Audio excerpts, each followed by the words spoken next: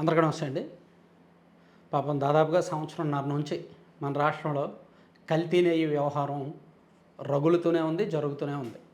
దానికి ఒక కంక్లూజన్ ఈ మధ్య వస్తుంది.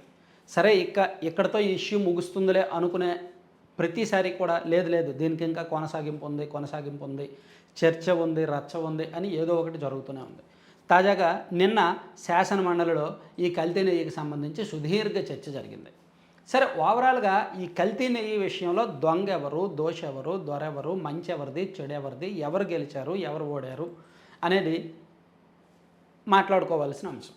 నేను చాలా సందర్భాల్లో చెప్పాను దీనికి సంబంధించి.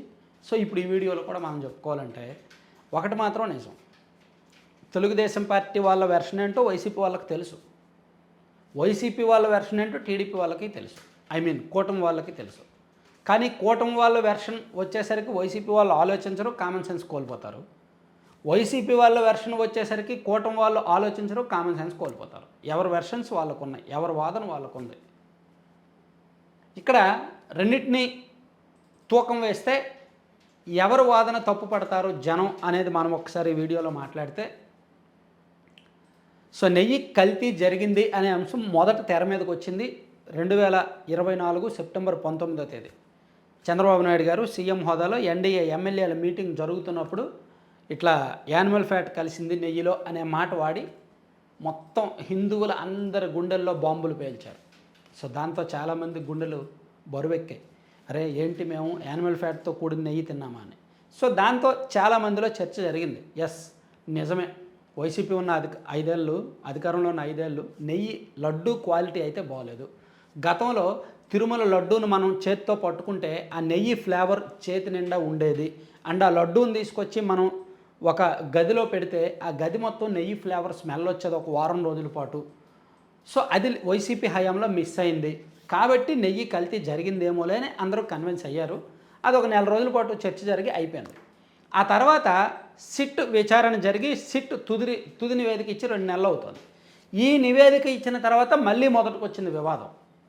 చంద్రబాబు గారు చేసిన ఆరోపణ ఏమో యానిమల్ ఫ్యాట్ కలిసిందని, సిట్ ఇచ్చిన రిపోర్ట్ ఏమో యానిమల్ ఫ్యాట్ అనే అంశాన్ని చిన్నదిగా చూపించారు. 35వ పేజీలో ఒక 3 లైన్లలో మాత్రమే ప్రస్తావించారు. ఎన్డీడీబీ ఇచ్చిన రిపోర్ట్లో ఇలా ఉంది అని. కానీ ఓవరాల్గా సిట్ ఇచ్చిన రిపోర్ట్ ఏంటంటే అది అసలు నెయ్యే కాదు, వాళ్ళు సాధారణ పామ్ ఆయిల్లో కొన్ని రసాయనాలు కలిపారు. ఆ రసాయనాలు కలపడం ద్వారా నెయ్యి ఫ్లేవర్ ఆ స్మెల్ తీసుకొచ్చారు. సో దాన్ని నెయ్యిగా టీటీడీకి సప్లై చేసి 234.51 కోట్లు అవినీతికి పాల్పడ్డారు. దీనిలో ఆ 3 డైరీల డైరెక్టర్లు ఉన్నారు. అండ్ అప్పటి పాలక మండలికి చైర్మన్కి పిఏగా పనిచేసిన వ్యక్తి ఉన్నాడు. టీటీడీలో సిబ్బంది ఉన్నారని చెప్పి కొంతమందిని దోషులుగా నిందితులుగా చూపించి వాళ్ళ మీద అభియోగాలు నమోదు చేసి ఒక పెద్ద ఛార్జ్షీట్ వేసింది. సో ఈ ఛార్జ్షీట్ వచ్చిన తర్వాత వైసీపీ వాళ్ళ వెర్షన్ మారింది. అదిగో చంద్రబాబు గారేమో యానిమల్ ఫ్యాట్ అన్నారు, కానీ ఇక్కడ సిట్ విచారణలో యానిమల్ ఫ్యాట్ అనేది తేలలేదు కదా. వాళ్ళు వదిలేశారు. వాళ్ళు ఏం వదిలేశారు, అది అసలు నెయ్యే కాదురా బాబు అని సిట్ చెప్పింది. 234 కోట్లు తిన్నారు, అవినీతి చేశారని సిట్ చెప్పింది. సిట్ చెప్పిన మాటలన్నీ వదిలేసి సిట్ చెప్పని మాటలను వైసీపీ వాళ్ళు పట్టుకున్నారు. దాంతో టీడీపీ వాళ్ళు ఎన్డీడీబీ ఇచ్చింది కదా యానిమల్ ఫ్యాట్ కలిసిందనే అంశాన్ని ఇంకా ఏం కావాలి, అదే సీఎం గారు చెప్పారు, కానీ మీరు అవినీతి చేసిన మాట వాస్తవం, నెయ్యి కల్తీ చేసిన మాట వాస్తవం, చైర్మన్ సుబ్బారెడ్డి గారు కూడా ఒప్పుకున్నారు, సిట్ కూడా అదే చెప్పింది, ఇంకేం కావాలి అనేది ఈ కూటమి వాళ్ళ వాదన. సో అలా ఇరు వర్గాల వాదనను మనం జాగ్రత్తగా పరిశీలిస్తే మాత్రం వైసీపీ వైపు 100% తప్పు కనిపిస్తుంది. మనం లాజికల్గా ఆలోచించినా లీగల్గా ఆలోచించినా మనకున్న కామన్ సెన్స్తో మనకు తెలిసింది ఒకటేనండి. మనం ఆ టైంలో తిరుమలకు వెళ్తున్నప్పుడు లడ్డూలు తెచ్చుకున్నప్పుడు లడ్డూల్లో నెయ్యి ఫ్లేవర్ బాగాలేదన్నది మనకు అర్థమైంది. అప్పట్లోనే నెయ్యి విషయంలో కంప్లైంట్లు వచ్చాయి, అన్నప్రసాదం క్వాలిటీ బాగాలేదు ఆ విషయంలో కంప్లైంట్లు వచ్చాయి. సో ఇవన్నీ కూడా మనకి అప్పటి నుంచి తెలుసు కదా. సో ఇది వైసీపీ వైపు జరిగిన తప్పులు అన్నమాట.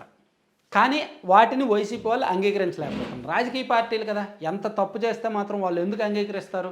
అవును మేము తప్పు చేసామని వాళ్ళు ఎందుకు ఒప్పుకుంటారు? ఒప్పుకోలేకపోతున్నారు. సో ఇప్పుడు చివరికి అది మలుపు ఏ విధంగా తిరిగింది, ఈ ఇందాపూర్ డైరీ అండ్ హెరిటేజ్ లింకులు ఉన్నాయి. సో టీటీడీ నెయ్యి సరఫరా కాంట్రాక్ట్ ఇందాపూర్ డైరీకి ఇచ్చారు. ఆ ఇందాపూర్ డైరీ అనేది హెరిటేజ్ వాళ్ళదే. సో అంటే టీటీడీ నుంచి హెరిటేజ్ లబ్ధి పొందుతోంది, దాని గురించే చంద్రబాబు గారు ఈ ఆరోపణ చేశారు అనేంతగా వైసీపీ వాళ్ళు తెర మీదకి తీసుకొచ్చారు. నిజానికి ఇది కూడా లాజిక్లెస్, ఇది కూడా బేస్లెస్. కాకపోతే వాళ్ళు చెప్పిన దానిలో సామాన్య ప్రజలు ఎక్కడ కన్విన్స్ అవుతారంటే హెరిటేజ్కి ఇందాపూర్కి లింక్స్ ఉన్నమాట వాస్తవం. ఏ రకంగా లింక్స్ ఉన్నాయి?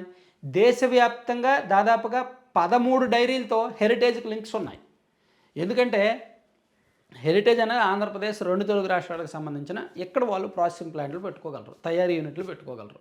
ఈ బ్రాండ్ వాళ్ళు వేరే రాష్ట్రాల్లో ఎక్కడెక్కడో ఉత్తరాదిని కూడా అమ్మాలి అనుకున్నప్పుడు ఇక్కడ తయారు చేసి అక్కడ అమ్మడం కష్టం కాబట్టి, ట్రాన్స్పోర్టేషన్ అంతా కష్టం కాబట్టి అక్కడ తయారీకి యూనిట్లు పెట్టుకోవడం సహజం. లేదా ఆల్రెడీ అక్కడ ఆ ఎక్విప్మెంట్స్, తయారీకి సంబంధించిన పరికరాలు, మెషినరీ అన్నీ అక్కడ ఉంటాయి కాబట్టి వాళ్ళతో టైఅప్ అవ్వడం సహజం.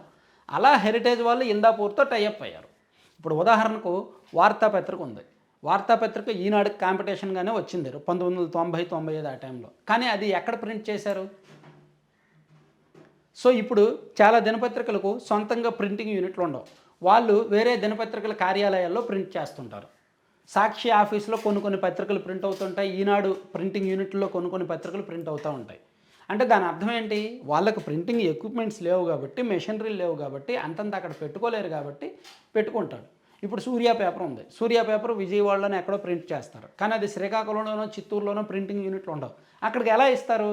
అక్కడున్న వేరే ప్రింటింగ్ యూనిట్లో వాళ్ళు ప్రింట్ చేసుకుంటారు, వాళ్ళతో టైఅప్ అవుతారు. అది దినపత్రిక కావచ్చు, ఇదే దినపత్రిక ఆఫీసే కావచ్చు. అంటే వీళ్ళ ప్రోడక్ట్ని అక్కడ అమ్మాలి అనుకున్నప్పుడు అక్కడ ఆ మెషినరీ ఎవరితో ఉందో వాళ్ళతో టైఅప్ అవుతారు. అలాగే హెరిటేజ్ అండ్ ఇందాపూర్ వాళ్ళు టైఅప్ అయ్యారు. కానీ ఇందాపూర్ వాళ్ళు టీటీడీ నుంచి నెయ్యి సరఫరా కాంట్రాక్ట్ తీసుకున్న మాట వాస్తవం. దాదాపుగా ప్రస్తుతం టీటీడీ నెయ్యిలో 62% నందిని నెయ్యి సప్లై చేస్తుంటే దాదాపుగా ఇందాపూర్ వాళ్ళు కూడా 10-12% సప్లై చేస్తున్నారు. కాబట్టి ఈ కూటమి ప్రభుత్వం మీద వైసీపీ వాళ్ళు ఆరోపణలు చేయడం అర్థవంతమే. కానీ దానిలో డెప్త్గా స్టడీ చేస్తేనే హెరిటేజ్ తప్పులేదని అర్థమవుద్ది. అంత డెప్త్గా ఆలోచించే వాళ్ళు ఎవరు? సో ఇక్కడ ఓవరాల్గా చూసుకుంటే మాత్రం ఈ కల్తీ నెయ్యి వ్యవహారంలో వైసీపీ వాళ్ళ పాపం ఉంది, వైసీపీ వాళ్ళ అపచారం ఉంది, కూటమి వాళ్ళ అతిశయోక్తులు ఉన్నాయి, కూటమి వాళ్ళ అబద్ధాలు కొన్ని ఉన్నాయి.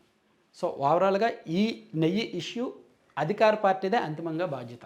దీన్ని ఇంకా సాగదీయకూడదు. ఆల్రెడీ శాసనసభలో వారం రోజుల కిందట చర్చ పెట్టారు. సీఎం గారు సుదీర్ఘంగా మాట్లాడారు, దాదాపుగా 10 మంది ఎమ్మెల్యేలు మాట్లాడారు, ఆనం రామనారాయణ రెడ్డి దేవాదాయ శాఖ మంత్రి గారు మాట్లాడారు, డిప్యూటీ సీఎం గారు మాట్లాడారు. అంత సుదీర్ఘ చర్చ పెట్టారు. కాకపోతే అప్పుడు వైసీపీ వాళ్ళు శాసనసభలో లేరు కాబట్టి శాసన మండలిలో నిన్న సభ పెట్టారు, చర్చ పెట్టారు. చర్చ పెట్టి ముందే ప్రభుత్వం తరఫున ఒక నోట్ అందరు సభ్యులకి ఇచ్చారు. 20 కోట్ల లడ్డూలు కల్తీ నెయ్యితో తయారు చేశారు. సో మొత్తం మీద 68 లక్షల కిలోలకు పైగా నెయ్యి కల్తీ జరిగింది. ఆ నెయ్యితో 20 కోట్ల లడ్డూలు తయారయ్యాయి. దీనిలో 234.5 కోట్లు అవినీతి జరిగింది. ఇల్లు సో అని చెప్తూ ఎన్డీడీబీ ఇచ్చిన రిపోర్టు, అంటే యానిమల్ ఫ్యాట్ కలిసిందని ఎన్డీడీబీ ఇచ్చిన రిపోర్ట్ను కూడా ఇచ్చారనమాట. సో అసలు ఇంత ఎందుకు జరుగుతోందంటే ఎవ్వరూ కాంప్రమైజ్ అవ్వట్లా, ఎవ్వరూ కూడా ఈ విషయంలో వెనక్కి తగ్గట్లా. సో దీనిలో వెనక్కు తగ్గడానికి ఇగోకు వెళ్తున్నారో లేదంటే వాళ్ళు రాజకీయంగా నష్టపోతామని ఆలోచిస్తున్నారో కానీ అంతిమంగా నష్టపోయేది మాత్రం దీనిలో బాధ్యత తీసుకొని జనానికి ఒక క్లారిటీ ఇచ్చేసి ఆ ఇష్యూని వదిలేయాల్సింది మాత్రం ప్రభుత్వమే.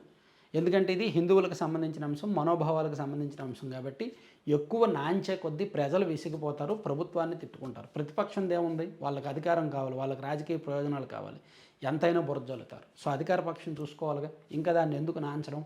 సో ఇంకా ఎక్కువ కాలం నాంచడం కూడా అనవసరం అన్నమాట.